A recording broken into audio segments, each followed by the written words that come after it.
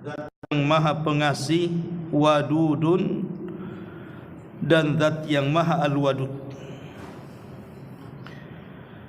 Kemudian juga disebutkan dalam surah Al-Buruj ayat 14 ketika mengkisahkan tentang Ashabul Ukhdud. Allah Subhanahu wa taala berfirman, "Wa huwal ghafurul wadud dzul arsyil majid."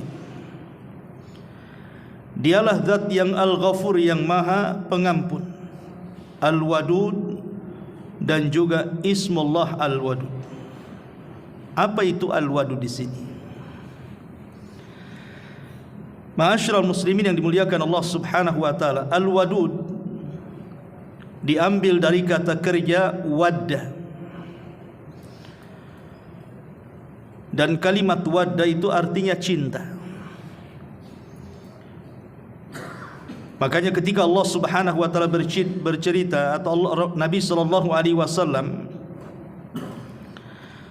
ketika berfirman atau bersabda, Nabi sallallahu alaihi wasallam mengatakan, "Kama yawaddu ahadukum akhah." Sebagaimana seseorang itu yawad, mencintai saudaranya. Maka Al-Wadud artinya zat yang maha mencintai hamba-hambanya. Itulah kalimat Al-Wadud diambil dari mawaddah. Dan Allah Subhanahu wa taala menyebut 5 kali dalam Quran makna mawaddah itu artinya cinta. Ma'asyiral muslimin yang dimuliakan Allah Subhanahu wa taala, disebutkan oleh Al-Imam As-Sa'di, seorang ahli tafsir, dia mengatakan, Al-Wadud alladhi yuhibbu anbiya'ahu wa rasulahu wa atba'ahu wa yuhibbunahu. Nama Allah Al-Wadud adalah zat yang mencintai nabi-nabinya, mencintai rasul-rasulnya, dan mencintai seluruh pengikut-pengikutnya, dan dia sangat mencintai mereka. Kemudian juga disebutkan oleh Al-Imam Al-Qurtubi, Al-Wadud artinya al-mahabbatu li awliyai, di mana Allah Subhanahu wa taala sangat mencintai wali-walinya. Dan juga disebutkan oleh Al-Imam Al-Khattabi, mana Al-Wadud artinya yuwaddiduhum ila khalqi, di mana Allah Subhanahu wa taala sangat mencintai makhluk-makhluknya. Itulah kalimat Al-Wadud dari nama-nama Allah Subhanahu wa taala. Ma'asyiral muslimin yang dimuliakan Allah Subhanahu wa taala, setelah kita tahu apa makna Al-Wadud, nama Allah Al-Wadud artinya zat yang maha mencintai hamba-hambanya, lebih khusus lagi mencintai nabi-nabinya, rasul-rasulnya, dan para pengikutnya. Maka kita bersyukur kepada Allah Subhanahu wa taala bahwa kita memiliki Tuhan Al-Wadud, zat yang maha mencintai hamba-hambanya. Al-Imam Ibnul Qayyim rahimahullahu taala, beliau mengatakan, bukan sesuatu yang sangat mengherankan apabila ada seorang hamba mencintai tuannya, karena memang seorang hamba seharusnya sudah layak mencintai tuannya, karena hajat dan kebutuhannya sangat dipenuhi tuannya. Tetapi yang mengherankan adalah Allah Subhanahu wa taala, Dia tidak berhajat dengan kita selaku hambanya, karena Dia zat yang maha kaya, dan tidak ada zat yang lebih kaya dibandingkan Allah Subhanahu wa taala. Tetapi walaupun demikian, Allah sangat mencintai hamba-hambanya. Bahkan apabila hamba itu melakukan dosa, diberikan kesempatan untuk bertobat. Ketika dia bertobat, Allah sangat senang dengan tobatnya, dan Allah Subhanahu wa taala sangat mencintainya. Itulah Allah Subhanahu wa taala Al-Wadud. Tentu ada asar keimanannya Ketika kita mempelajari nama-nama Allah Subhanahu wa taala, bukan hanya sekedar mengenal nama Allah itu Ar-Rahman, Ar-Rahim, Al-Malik, Al-Qudus dan begitu seterusnya. Tapi lebih daripada itu, bahwa ketika kita membaca nama-nama Allah dan mempelajarinya itu harus ada asar keimanan. Apa sih pengaruh iman ketika kita ini mengimani bahwa Allah Subhanahu wa taala Al-Wadud, bahwa Allah itu zat yang maha mencintai hamba-hambanya. Yang pertama, bahwa Allah Subhanahu wa taala adalah zat alladzi yu'ti man yuhib wa ma la yuhib. Ingat bahwa Allah Subhanahu wa taala adalah zat yang memberikan nikmat-nikmatnya kepada yang Dia cintai atau kepada yang Dia tidak cintai. Artinya Allah Subhanahu wa taala memberikan nikmat itu baik kepada orang-orang yang beriman ataupun kepada orang kafir. Tetap Allah akan anugerahkan nikmatnya kepada mereka, walaupun di atas kekafiran mereka. Dan Allah Subhanahu wa taala setiap sepertiga malam akhir bahkan menawarkan kekuasaannya kepada hamba-hambanya. Nabi SAW mengatakan, "Idza madha syatrul laili aw thuluthahu, yanzilullahu tabaraka wa ta'ala ila sama'id dunya." Apabila malam sudah sampai kepada separuhnya atau mungkin lebih sepertiganya, maka Allah Subhanahu wa taala akan turun ke langit dunia kemudian mengatakan, "Hal min sa'ilin yu'ta wa hal min da'in yustajabu lahu wa hal min mustaghfirin yughfar lahu hatta yanfajira as-subh." Maka Allah Subhanahu wa taala mengatakan, siapa di antara kalian yang meminta, maka aku akan beri. Siapa di antara kalian yang berdoa, maka aku kabulkan doa-doanya. Dan siapa di antara kalian yang meminta ampun, maka ku ampuni dosa-dosanya. Lihat saking cintanya Allah Subhanahu wa taala kepada kita. Maka Allah Subhanahu wa taala setiap malam, khususnya sepertiga malam akhir, menawarkan kekuasaannya.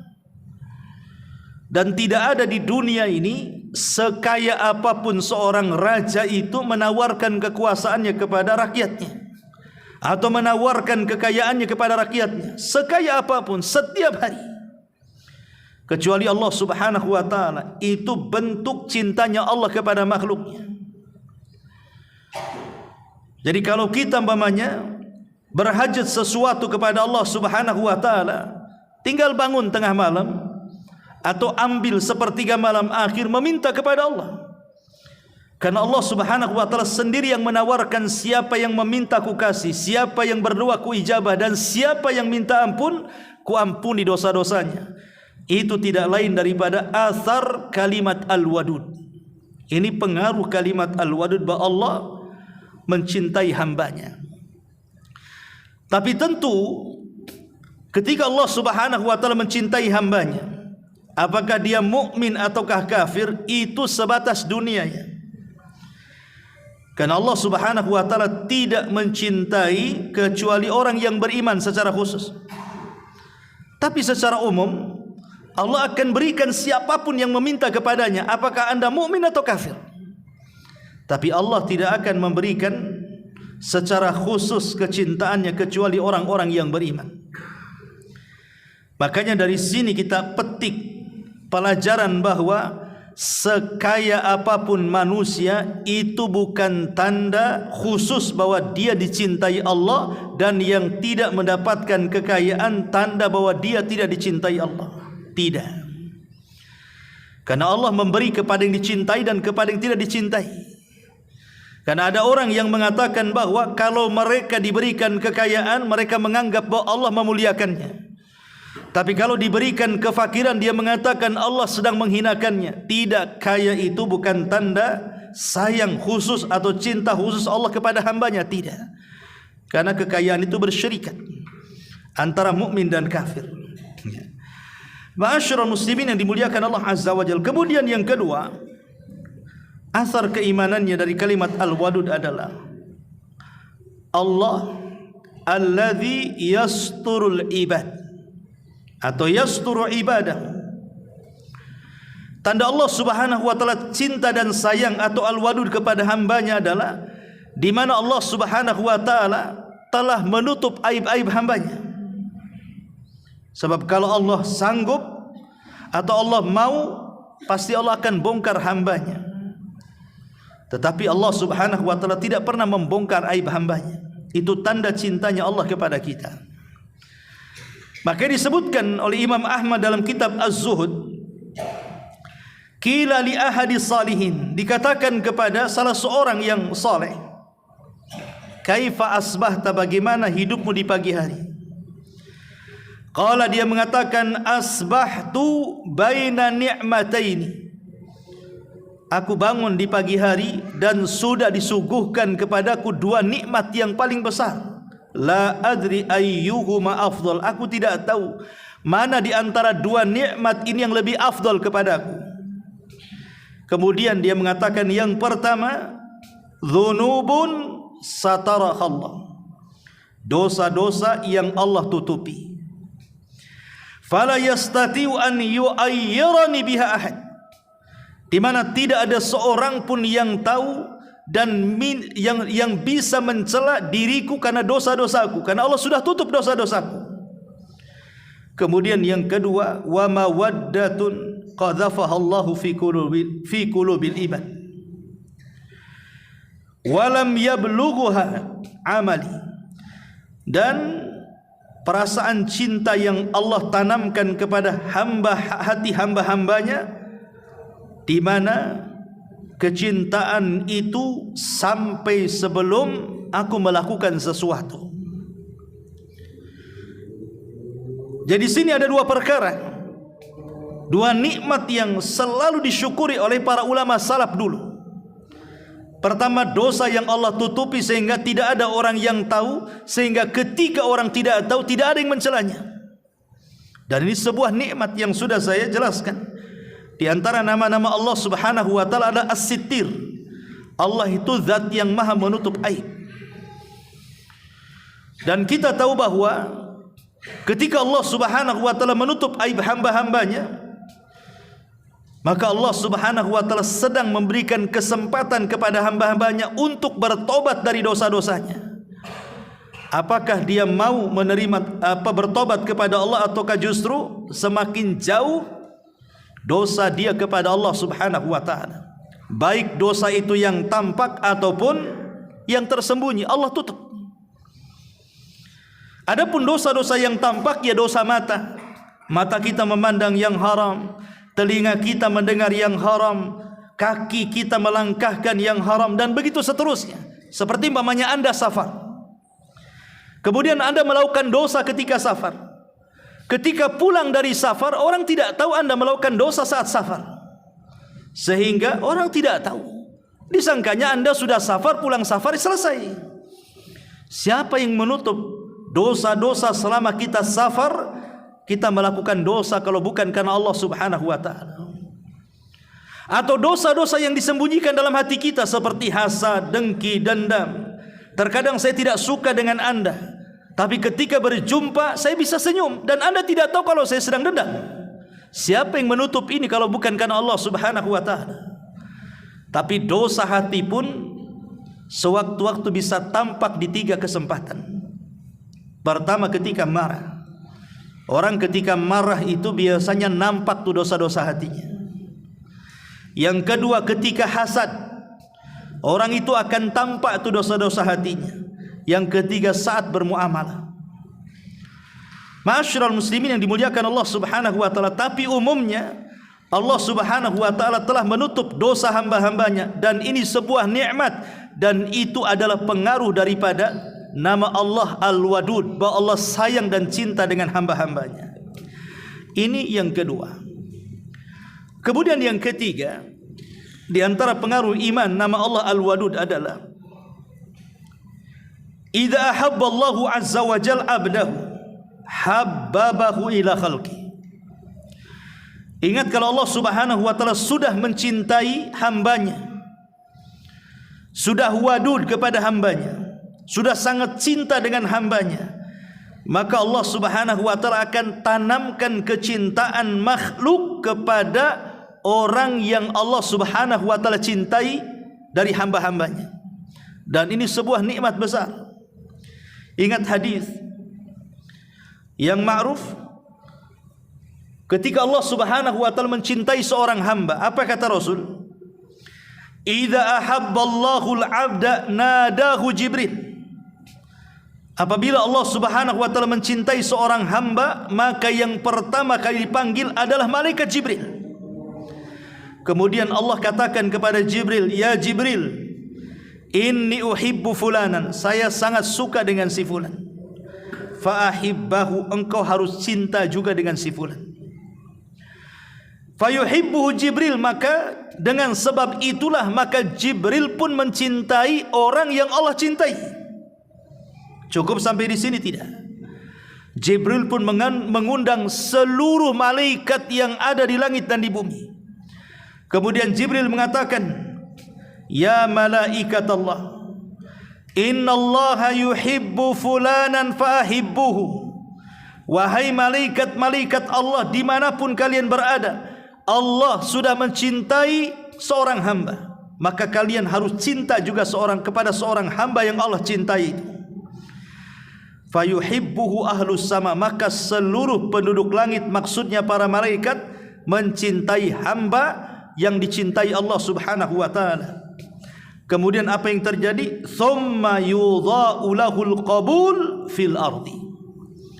Ketika Allah cinta dengan si fulan, kemudian merambat kepada Jibril juga mencintainya, kemudian merambat kepada seluruh malaikat mencintainya, maka Allah akan tanamkan kepada penduduk bumi untuk juga mencintainya. Lihat bagaimana Allah Subhanahu wa taala terkadang mencintai kita itu sebelum kita mencintai Allah. Allah itu mencintai hamba-hambanya sebelum kita mencintainya. Kalau kita akan cinta dengan seseorang karena dia cinta dengan kita. Kalau dia benci dengan kita, kita pun benci dengan dia. Tapi Allah Subhanahu wa taala sebelum hamba itu mencintai dirinya, Allah sudah lebih dulu mencintai hamba-hambanya. Dan ini luar biasa Al-Wadud, ya. Nama Allah Subhanahu wa taala Al-Wadud. Ini yang ketiga. Kemudian yang keempat, Al-Wadud Subhanahu wa taala huwal wadu li awliyaihi wal maudud lahum. Kita tahu bahwa kalau kita bicara bahasa Arab, Al-Wadud itu memiliki makna al-fa'il dan memiliki makna al-maf'ul. Anda yang belajar bahasa Arab tahu apa itu fa'il, apa itu maf'ul. Fa'il itu artinya pelaku, kalau maf'ul itu artinya objek. Jadi al-wadud itu bisa diartikan yang mencintai dan yang dicintai. Adapun yang mencintai artinya Allah mencintai wali-walinya, mencintai nabi-nabinya, mencintai rasul-rasulnya, mencintai para pengikutnya. Itulah al-wadud memiliki makna al-fa'il. Tetapi yang dimaksud al-wadud memiliki makna al-maf'ul, artinya objek yang dicintai, berarti Allah itu dicintai wali-walinya, dicintai rasul-rasulnya, dicintai nabi-nabinya, dicintai para pengikutnya. Dia yang mencintai dan dia juga yang dicintai, mencintai wali-walinya dan dicintai wali-walinya. Itulah al-wadud. Ma'asyiral muslimin yang dimuliakan Allah Subhanahu wa taala, tentu kecintaan Allah Subhanahu wa taala sebagai pelaku kepada wali-walinya tidak lain dan bukan itu karena kecintaan kita kepada Allah Subhanahu wa taala. Jadi kalau kita mencintai Allah, maka Allah akan balas kecintaan kita dengan kecintaan yang jauh lebih besar dari Allah kepada kita. Berbeda dengan makhluknya. Terkadang ada orang yang mencintai kita tapi tidak kita pula mencintai dia. Tapi kalau kita mencintai Allah dengan cara melaksanakan banyak amal saleh dan ketaatan kepada Allah, maka Allah akan lebih mencintai hamba-hambanya. Bahkan akan ditambah lagi, bukan hanya cinta tapi juga didatangkan ampunan. Allah Subhanahu wa taala berfirman dalam surah Al-Imran 31, "Qul in kuntum tuhibbunallah fattabi'uni yuhibbukumullah wa yaghfir lakum dzunubakum wallahu ghafurur rahim." Katakan ya Muhammad, jika kalian mencintai Allah, ikuti aku, maka Allah akan cinta kepada kalian, bahkan Allah akan ampuni dosa-dosa kalian, karena Allah zat yang maha pengampun lagi maha pengasih. Artinya ketika kita mencintai Rasul, itu syarat kecintaan kita kepada Allah. Dan kalau kita sudah mengikuti Rasul, berarti Allah akan cinta dengan orang yang mengikuti Rasul, bahkan lebih daripada itu mengampuni dosa-dosanya. Itulah kecintaan lebih Allah kepada hamba-hambanya. Ma'asyiral muslimin yang dimuliakan Allah Subhanahu wa taala.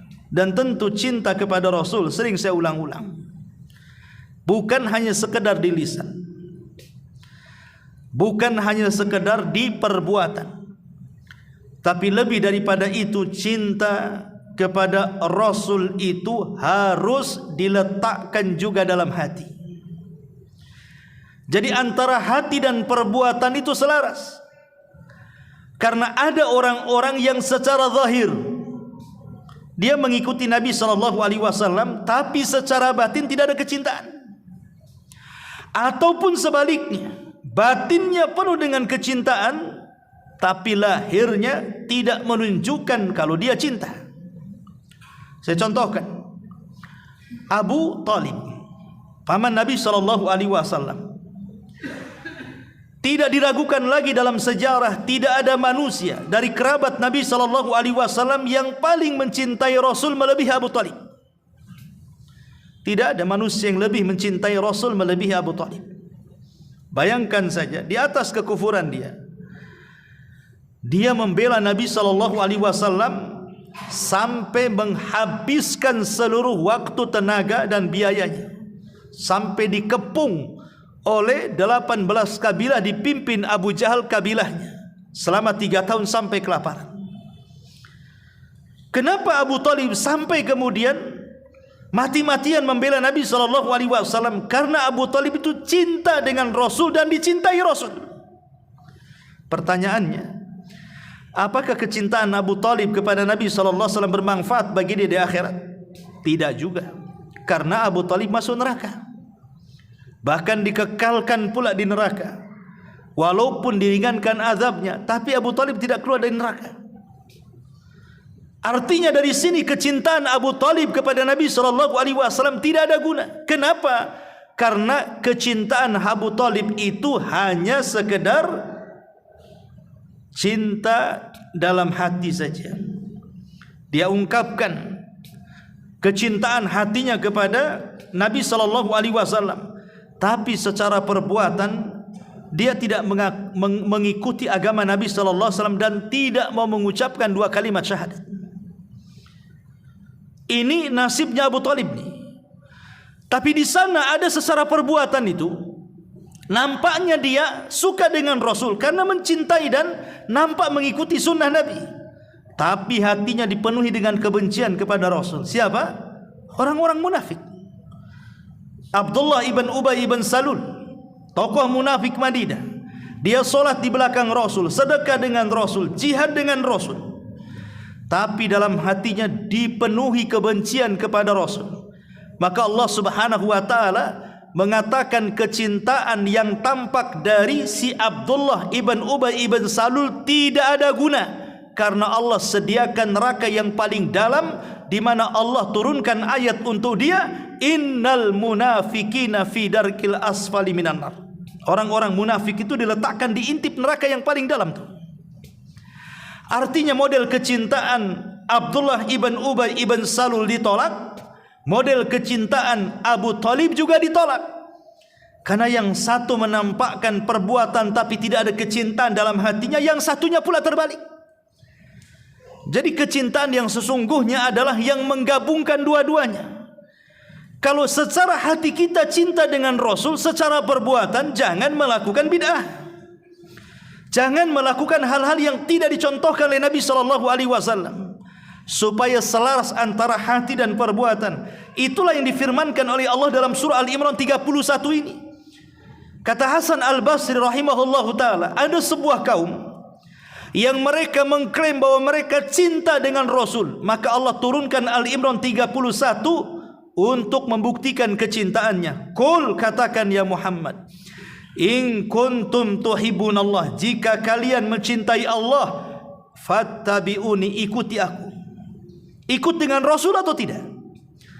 Kalau ikut dengan Rasul, maka Allah mengatakan yuhibbukumullah, Allah akan cinta juga dengan kalian. Allah tambah lagi wa yaghfir lakum dzunubakum, Allah akan ampuni juga dosa-dosa kalian. Maka dari sini bahwa di antara athar al-wadud, pengaruh Allah itu al-wadud, zat yang maha mencintai hamba-hambanya. Ketika kita berusaha untuk mencintai Rasul, maka akan datanglah kecintaan itu kepada hambanya. Ini yang keempat. Yang kelima, ma'asyiral muslimin yang dimuliakan Allah Subhanahu wa ta'ala, di antara pengaruh kecintaan Allah juga kepada hamba-hambanya disebutkan dalam hadis qudsi. Hadis dari Abi Hurairah radhiyallahu anhu, Nabi sallallahu alaihi wasallam bersabda, Allah berfirman, "Ma man 'adali waliyan faqad adzantuhu bil harbi wa ma taqarraba ilayya 'abdi bi syai'in ahabba ilayya mimma aftaradtu alaihi wa ma yazalu 'abdi yataqarrabu ilayya bin nawafil hatta uhibbahu fa idza ahbabtuhu kuntu sam'ahu alladhi yasma'u bihi wa basarahu alladhi yubsiru bihi wa yadahu allati yabtishu biha wa rijlahu allati yamshi biha wa in sa'alani la u'tiyanna wa la in ista'adzani la u'idzanna." Allah Subhanahu wa ta'ala mengatakan, barang siapa yang memusuhi wali-waliku, kata Allah, maka sungguh aku mengumandangkan perang dengan siapapun yang memusuhi wali-waliku. Dan tidaklah seorang hamba mendekatkan kepadaku dengan sesuatu yang telah aku wajibkan kepadanya, melainkan aku akan mencintainya. Dan tidaklah seorang hambaku yang senantiasa mendekatkan diri kepadaku setelah melaksanakan yang wajib dengan yang sunnah-sunnah, maka aku akan semakin cinta dengan dia. Apabila aku sudah cinta dengan dia, kata Allah, aku akan menjadi pendengarannya, aku akan menjadi penglihatannya, aku akan menjadi tangannya, aku akan menjadi kakinya. Dan apabila dia meminta kepadaku, pasti ku beri. Dan apabila dia meminta perlindungan kepadaku, pasti ku lindungi dia. Lihat bagaimana pengaruh nama Allah Al-Wadud ini. Apabila Allah sudah cinta dengan hamba-hambanya, maka Allah Subhanahu wa ta'ala akan menjadi pendengaran, penglihatan, tangan, kaki, di mana Allah artinya senantiasa membela, mengawasi, dan terus menjaga dan mencukupkan hamba-hambanya. Dan ini luar biasa, ya. Tentu dengan cara bukan hanya melaksanakan kewajiban, tapi juga melaksanakan yang sunnah-sunnah. Jadi kalau solat itu ada solat wajib, ada solat sunnah. Kalau zakat itu ada zakat wajib, ada sedekah sunnah. Kemudian kalau puasa itu ada puasa wajib, ada puasa sunnah. Maka kalau ingin lebih mencintai atau dicintai Allah Subhanahu wa ta'ala, bukan hanya mencukupkan yang wajib, tambah juga dengan yang sunnah. Sebab itulah Allah Subhanahu wa ta'ala akan menjadi pendengaran, penglihatan, tangan, kaki. Dan apabila kita meminta dan apabila kita meminta perlindungan, pasti Allah akan beri dan Allah akan lindungi. Dan itu konsekuensi dari orang-orang yang senantiasa menjalankan sunnah Nabi sallallahu alaihi wasallam. Ini yang keenam. Yang kelima, kemudian yang keenam, ma'asyiral muslimin yang dimuliakan Allah Subhanahu wa ta'ala, dan akan tampak lagi kecintaan Allah Subhanahu wa ta'ala kepada hamba-hambanya bukan hanya sekedar di dunia, tapi juga dalam kuburnya, di mana Allah Subhanahu wa ta'ala akan meluaskan kuburnya. Allah akan membukakan pintu sorga dan diarahkan kepada kuburannya. Allah akan memberikan penerangan dan cahaya di atas kuburnya. Dan Allah akan memberikan banyak nikmat di atas kuburnya. Dan itu bentuk cinta Allah kepada hamba yang beriman. Dan lebih daripada itu adalah kelak di akhirat. Salah satu contohnya adalah kisah tentang orang yang terakhir masuk surga, tentu juga terakhir keluar dari neraka. Bagaimana kisahnya? Disebutkan di dalam hadis yang sahih, di mana orang yang terakhir keluar dari neraka adalah orang yang sudah menjadi abu dan arang. Kemudian Allah ambil abu itu, kemudian Allah letakkan di sungai kehidupan. Maka kemudian terangkai lagilah jasad orang yang terakhir keluar dari api neraka itu. Tapi neraka belum jauh dari dirinya. Maka dia pun berusaha untuk menjauh daripada neraka. Kemudian dari kejauhan dia melihat ada pohon. Pohon itu penuh dengan buah-buahan, kemudian di sampingnya ada mata air yang mengalir. Itulah yang dicita-citakan oleh seluruh penduduk neraka. Kita tahu bahwa di antara penyesalan penduduk neraka itu, pertama mereka meminta kepada Allah agar dikembalikan ke dunia, tetapi Allah tolak. Kemudian yang kedua, ketika Allah menolaknya, maka mereka akan meminta kepada malaikat Malik agar Allah Subhanahu wa taala mengeluarkan mereka dari neraka, atau agar mereka dimatikan saja, tidak perlu hidup lagi. Tapi malaikat Malik menolaknya. Kemudian mereka meminta kepada seluruh malaikat yang ada di neraka, oke, kalau kami tidak bisa kembali ke dunia, kami juga tidak akan mati di neraka, ya sudah, ringankan saja. Tapi juga para malaikat mengatakan, kalian tidak mungkin diringankan siksanya. Ketika mereka tidak bisa diringankan, mulailah mereka melirik kepada penduduk sorga. Karena antara sorga dan neraka itu ada jendela yang bisa saling melihat. Kemudian penduduk neraka mengatakan kepada penduduk sorga, an afidhu alaina minal ma, berikan satu tetes air yang Allah berikan kepada kalian, atau berikanlah buah-buahan atau makanan yang Allah rizkikan kepada kalian. Tapi jawaban penduduk sorga mengatakan, innallaha harramahu ma'alal kafirin, Allah haramkan kepada orang-orang kafir. Jadi selamanya orang kafir akan tersiksa. Jadi angan-angannya penduduk neraka itu yang paling akhir adalah ingin merasakan setetes air sorga ataupun buah-buahan yang ada di sorga. Makanya orang yang terakhir keluar dari neraka ini, ketika melihat pohon yang penuh dengan buah-buahan dan di situ ada aliran sungai, maka dia ingin memakan dan meminumnya. Masalahnya sangat jauh sekali, dan dia pun sudah lelah, tidak bisa menjangkau pohon itu. Maka Allah Subhanahu wa taala datang kemudian mengajak dialog dan mengatakan, ya hambaku, kira-kira nih, kalau engkau ingin sesuatu, kira-kira apa yang engkau inginkan? Kemudian dia mengatakan, ya Rabb, dekatkan aku ke pohon itu, katanya. Aku ingin makan buah-buahannya dan aku ingin minum dari sumbernya.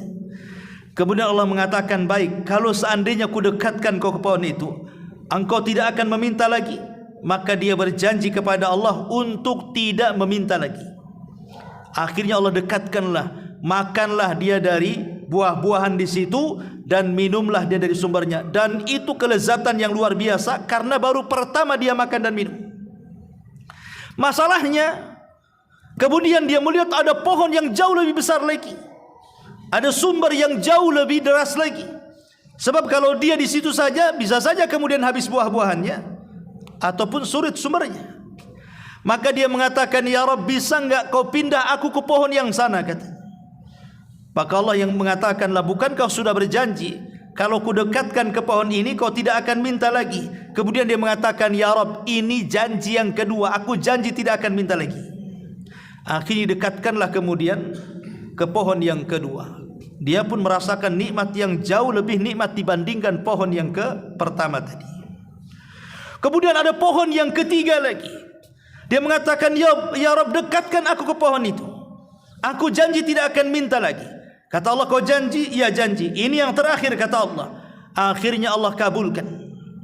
Rupanya di balik pohon yang ketiga itu adalah pintu sorga. Jadi akhirnya kemudian setelah di pohon yang ketiga, dia coba mendekati pintu sorga, kemudian ngintip di celah-celahnya itu. Kemudian mengatakan, ya Rabb, bisa enggak aku masukkan ke dalam sorga? Kata Allah, kau sudah janji 3 kali. Kalau aku kabulkan, kau tidak akan minta lagi. Tetapi kemudian dia mengatakan, ya Rabb, masukkan aku ke sorga, masukkan aku ke sorga. Kemudian Allah mengatakan, baik, sekarang berangan-anganlah setinggi hayalanmu, aku akan kabulkan. Maka dia mengatakan, ya Rabb, jangan engkau mengolok-olok hambamu, kau kan Rabb semesta alam, katanya. Allah mengatakan, sudah, berangan-anganlah sejauh angan-angan. Akhirnya hamba ini berangan-angan sampai full angan-angan, sudah tidak ada lagi. Kemudian tiba-tiba Allah Subhanahu wa taala mengatakan, baik, aku akan berikan engkau 10 kali lipat dari angan-anganmu. Dibukalah pintu sorga, kemudian dia masuk ke dalam sorga seolah-olah dia yang pertama masuk sorga, yang lain itu belum masuk.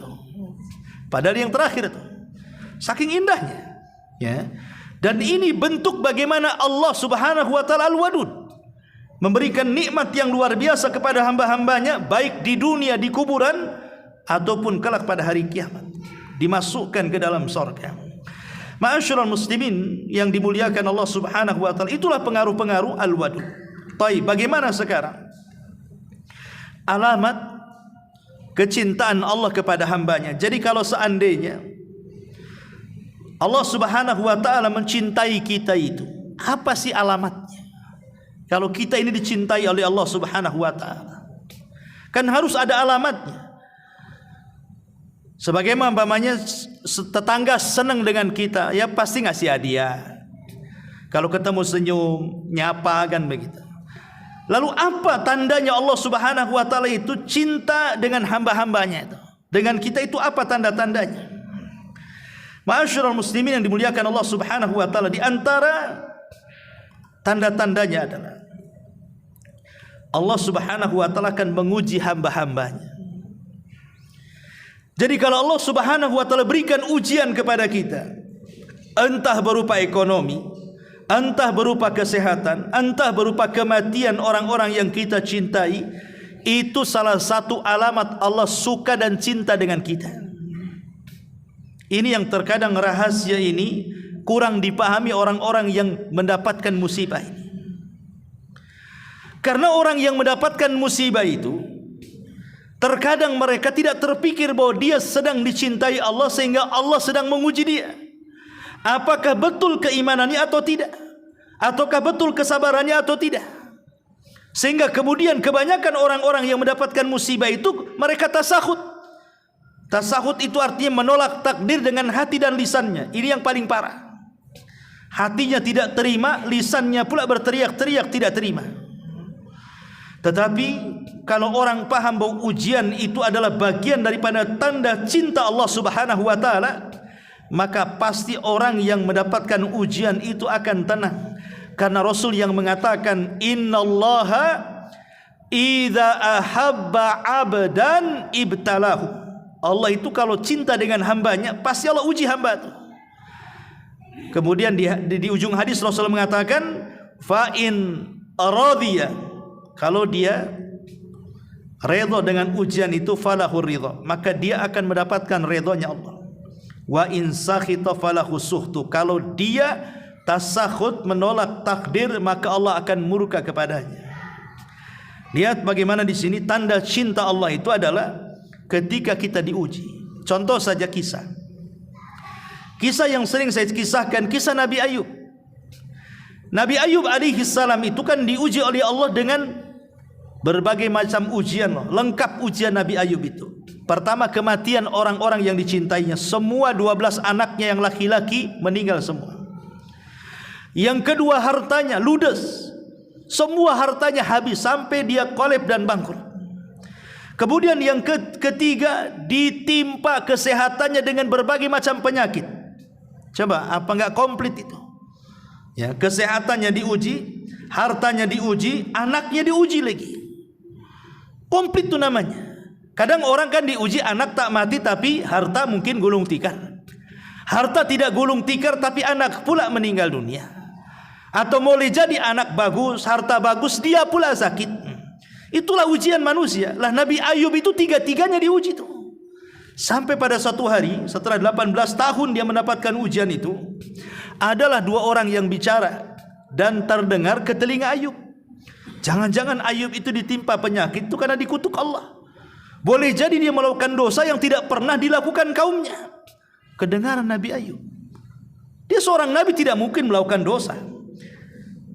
Akhirnya dia sedih dan memanjatkan doa kepada Allah, Rabbi inni massaniya dzur wa anta arhamur rahimin. Ya Rabb, aku tahu musibah yang kau berikan kepadaku, ku tahu ini datang dari kamu, dan aku yakin juga tidak mungkin engkau memberikan ujian itu kecuali karena sayangmu kepada hambamu Ayub ini. Jadi Ayub mengatakan, dan ini pelajaran kepada kita bahwa terkadang ujian itu tanda sayang Allah kepada kita. Tanda sayang Allah kepada kita adalah dengan diberikan ujian. Karena nanti pada hari kiamat, orang-orang yang sehat di dunia itu cemburu dengan orang-orang yang di dunia banyak ujiannya kemudian sabar. Itu di akhirat mereka mendapatkan pahala yang sangat besar sekali. Sehingga orang-orang yang sehat itu ketika di dunia kemudian meninggal dunia, mereka mengatakan, Ya Rabb, andai kata kau kembalikan kami ke dunia, kami siap dikelupaskan kulit kami dari tulang kami agar kami mendapatkan hal yang sama dengan mereka. Itu kalau seandainya orang-orang yang diuji itu sabar. Maka tanda sayang Allah kepada hamba adalah ketika hamba itu banyak diberikan ujian oleh Allah Subhanahu wa taala. Ini yang pertama. Kemudian yang kedua, di antara tanda sayang adalah taufiquhu lil iman. Allah berikan taufik keimanan. Boleh jadi mungkin semangat dia bertobat, semangat dia taat, semangat dia salat, semangat hadiri majelis ilmu, semangat dia berbuat baik. Pokoknya iman menggerakkan semua badannya. Karena ingat bahwa iman kalau sudah menancap dalam hati, iman itulah yang menggerakkan seluruh badan untuk melakukan amal soleh. Makanya selalu kata iman itu didahulukan sebelum amal soleh. Wal asri innal insana lafi khusrin illa alladzina amanu wa amilus salihat. Kemudian juga Allah mengatakan dalam Al-Quran, wa'adallahu alladzina amanu wa amilus salihat. Hampir dalam Quran itu selalu digandengkan antara iman dan amal soleh, dan iman didahulukan sebelum amal soleh. Kenapa? Karena yang menggerakkan amal soleh itu adalah iman. Kalau iman sudah tertancap dalam hati, maka semua anggota badan tergerakkan untuk melakukan kebaikan. Maka mintalah iman supaya ditanamkan dalam hati. Bahkan lebih daripada itu, terkadang beratnya musibah itu akan hilang dengan ketebalan iman dalam dada. Ingat perkara Bilal. Bilal ini di masa Umar bin Khattab radhiyallahu an, dia bercerita di hadapan kaum muslimin. Ketika itu Umar bernostalgia dengan sahabat-sahabat yang senior, terutama sahabat-sahabat muhajirin, yang ketika periode Mekah di awal-awal mereka mendapatkan siksa, seperti Khabbab ibn Arad, Bilal ibn Rabah, Zunairah, Abdullah ibn Mas'ud, dan banyak sahabat yang merasakan siksa orang-orang kafir Quraisy itu. Lah salah satunya Bilal. Lah Bilal ini kan orang yang paling tahan. Ketika orang lain tidak tahan, seperti Ammar tidak tahan, terpaksa dia mengeluarkan kalimat kufur. Walaupun kemudian turun ayat boleh mengucapkan kalimat kufur asal hatinya penuh dengan keimanan dan dia terpaksa mengucapkannya. Tapi Bilal tidak.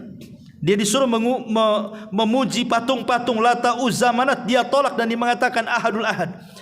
Maka tukang pecut Bilal itu, dia tidak akan berhenti mencambuk Bilal sampai dia lelah letih.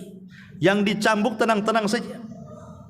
Sehingga kemudian Bilal ditanya, wahai Bilal, bagaimana engkau bisa bertahan dari cambukan orang yang mencambuk dirimu, dan seolah-olah kami tidak merasakan apa yang dicambuk kepada badanmu?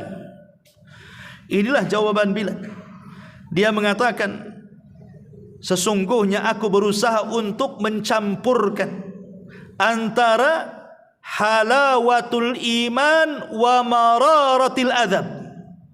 Aku berusaha untuk mencampurkan antara lezatnya keimanan dan pedihnya siksaan. Coba aku campurkan. Rupanya lezatnya keimanan lebih unggul dibandingkan peritnya siksaan. Makanya aku tidak merasakan, katanya. Artinya kalau orang terkena musibah, musibah apa saja, kalau keimanan itu tumbuh dengan baik, maka terkadang musibah itu akan lewat begitu saja. Tapi kalau lemah imannya kemudian mendapatkan musibah, itu rasanya musibah itu sebuah bencana bagi dia. Seolah-olah Allah jadi objek celaan bagi dia. Ya. Makanya di sini di antara tanda Allah mencintai kita adalah taufiquhu lil iman. Allah memberikan taufik kepada keimanan. Kemudian yang ketiga, himayatu minal fitani wasyahwat. Allah akan jaga dari berbagai macam fitnah dan juga godaan-godaan syahwat. Makanya Nabi SAW mengatakan as-sa'idu liman junnibal fitan. Orang yang bahagia adalah orang yang dijauhkan fitnah dari dia. Karena manusia tidak mungkin menjauh dari fitnah. Macam mana caranya kita jauh dari fitnah? Tidak bisa kita menjauh dari fitnah itu. Dalam rumah ada fitnah, di luar rumah ada fitnah, di jalan ada fitnah, di pasar, di kantor, di tempat pekerjaan, pasti ada fitnah. Tidak mungkin tidak ada fitnah. Dan tidak mungkin keluar dari fitnah. Makanya kenapa Rasul mengatakan orang yang paling bahagia itu yang fitnah menjauh dari kita, bukan kita yang menjauh dari fitnah. Karena kalau kita menjauh dari fitnah mustahil. Fitnah yang menjauh dari kita dan Allah yang menjauhkannya. Makanya saya teringat ucapan Buya Hamka, ya, ketika dia berdakwah di daerah yang di situ penuh dengan maksiat. Jadi dia safar ke barat. Sesampainya kemudian di barat sana, kemudian dia selama 1 minggu di sana pulang ke Indonesia. Kemudian ditanya, apakah di sana penuh dengan kemaksiatan kepada Allah Azza wa Jalla? Mungkin semacam lokalisasi atau mungkin bar atau tempat-tempat maksiat. Kata Buya Hamka, aku tidak dapati itu semua. Katanya di barat itu penuh dengan maksiat, penuh dengan syahwat. Tidak, selama aku di sana aku tidak pernah mendapati tempat-tempat itu. Kemudian orang ini mengatakan, ya Buya, nggak mungkin lah, namanya di barat itu kan tempat syahwat. Apa jawaban dia? Ya, karena ketika aku safar, aku tidak ada niat untuk mencari maksiat di sana.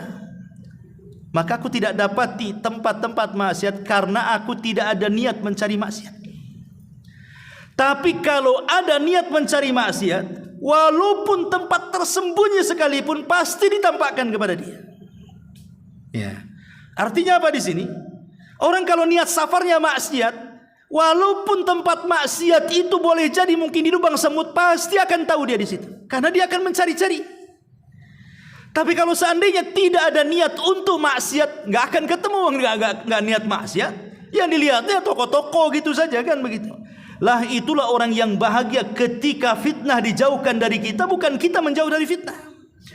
Maka di antara tanda daripada tanda-tanda Allah sayang dengan kita adalah himayatuhu minal fitani wasyahwat. Ketika kita dilindungi dari berbagai macam fitnah dan juga syahwat. Ini juga yang keempat. Kemudian yang kelima, idkhalur rifqi wal lin ala qalbihi.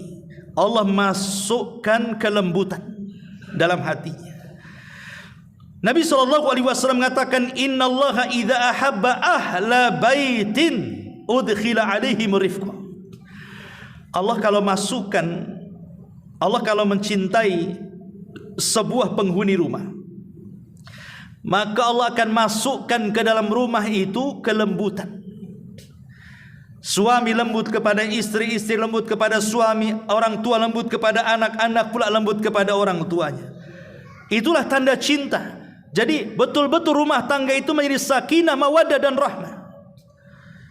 Maka tanda rumah tangga dicintai itu ketika muncul kelembutan itu. Berarti ya cek saja rumah tangga kita. Apakah kita yang keras kepada istri atau istri pula keras dengan kita? Apakah orang tua keras sama anak atau anak pula keras kepada orang tuanya? Maka karena ini diantara Allah memasukkan cinta kepada penghuni rumah itu ketika di situ Allah tampakkan kelembutannya satu keluarga itu. Ini yang kelima. Kemudian yang keenam, ta'jilul uqubati lahu fid dunya qabla al-akhirah. Tanda Allah Subhanahu wa taala cinta dengan hamba-hambanya adalah ketika Allah Subhanahu wa taala menyegerakan siksanya di dunia dan tidak di akhirat. Jadi sengaja Allah segerakan di dunia untuk di akhirat tidak disiksa lagi. Dan itu tanda cinta. Dan itu berdasarkan sebuah hadis, Nabi mengatakan ahabbun nas ilallah. Afwan di sini di antaranya adalah kata para ulama wa adamul istidrajihi bin ni'ami. Jadi ta'jilul uqubati lahu fid dunya qabla al-akhirah, disegerakan ukubahnya di dunia sebelum akhirat. Wa adamul istidrajihi bin ni'am, dan tidak diberikan istidraj dalam sebuah kenikmatan. Wa taufiquhu li khidmatin nasi wa i'anatihim, dan taufik dari Allah sehingga dia mudah untuk berbuat baik kepada manusia. Rasul mengatakan ahabbun nas ilallahi anfa'uhum linnas. Manusia yang paling dicintai Allah adalah manusia yang bermanfaat untuk manusia yang lainnya. Jadi sini disebutkan 3 perkara kata para ulama. Pertama, disegerakan siksanya di dunia. Boleh jadi dengan sakit, dengan kefakiran, dengan kecemasan dan begitu seterusnya. Atau tidak ada istidraj. Istidraj itu artinya diberikan nikmat padahal dia maksiat, diberikan nikmat padahal dia sedang melakukan dosa, diberikan nikmat padahal dia tidak pernah bertobat. Itu istidraj artinya. Ataupun yang ketiga, diberikan taufik di sini, mudah membantu manusia. Ini juga di antara tanda Allah Subhanahu wa taala cinta. Dan yang terakhir, taufiquhu li husnul khuluqi wa husnul khatimati. Tanda Allah cinta dengan kita, Allah berikan taufik, kita dibaikkan akhlaknya, dan kita dibaikkan akhir dari kehidupannya, husnul khatimah.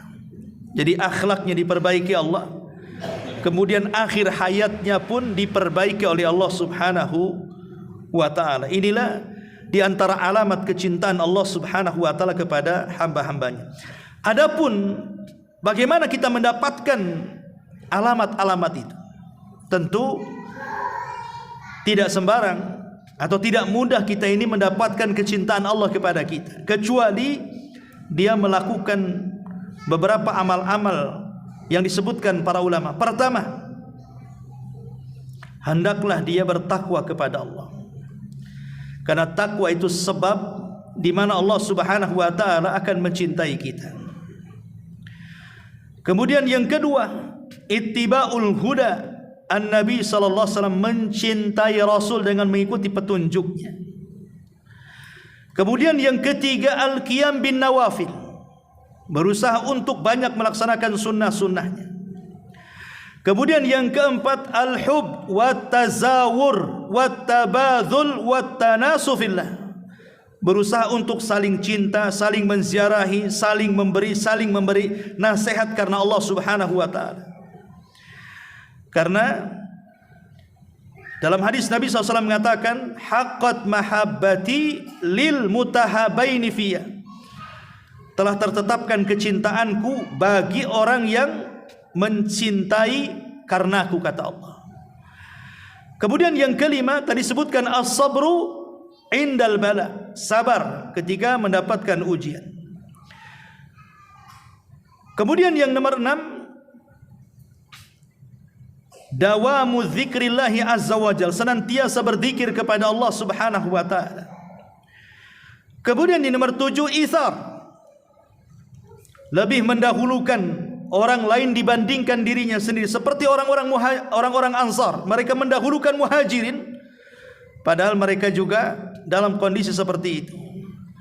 Kemudian mutala'atul qalbi li asma'illahi wa sifati, berusaha untuk merenungkan nama-nama Allah dan sifat-sifatnya. Salah satunya malam ini kita merenungkan nama-nama Allah Al-Wadud. Termasuk juga musyahadatu ni'amihi lidh-dhahirati wal batin, berusaha merenungkan nikmat-nikmat Allah yang lahir ataupun yang batin.